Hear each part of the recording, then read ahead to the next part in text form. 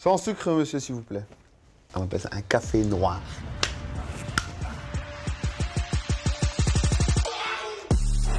C'est devenu un rituel avant le retour au combat. Chaque année, Thomas Nikiforov prend ses quartiers à Herstal, quelques jours à l'hôtel pour un grand stage international.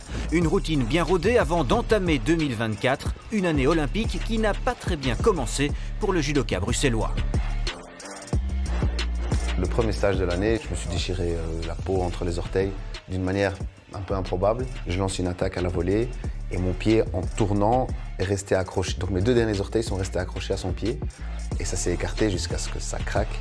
Donc je me suis ouvert vraiment du haut du pied, entre les orteils et en dessous. Au final, j'ai 8 points de suture qu'on a dû doubler, etc. parce que c'est un endroit compliqué entre les orteils. Donc tu avais 3 médecins, 2 qui écartaient mes orteils et le troisième qui faisait de la couture. Et tout ça entre les orteils, c'est vraiment désagréable.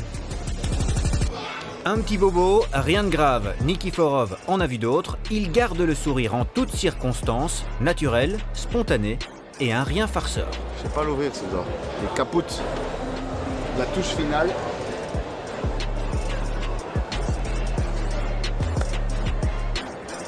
Je touche du bois, de ne plus me blesser gravement. Aux entraînements, je ne fais pas la même chose.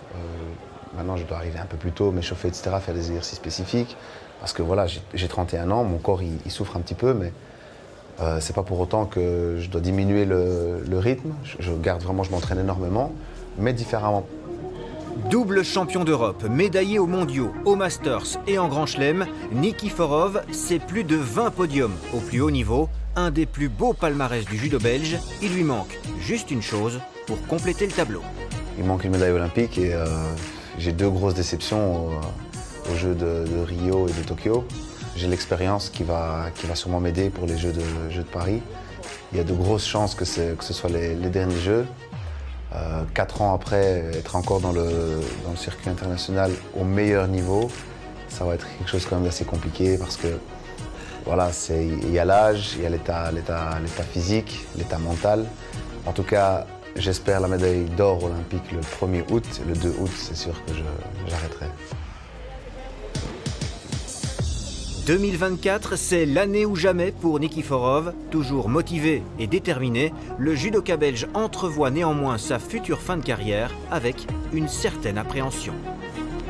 J'ai honnêtement très peur d'arrêter le judo parce que quand je passe une longue période sans compétition, mon comportement change un petit peu, je deviens un petit peu plus tendu, peut-être un petit peu plus agressif.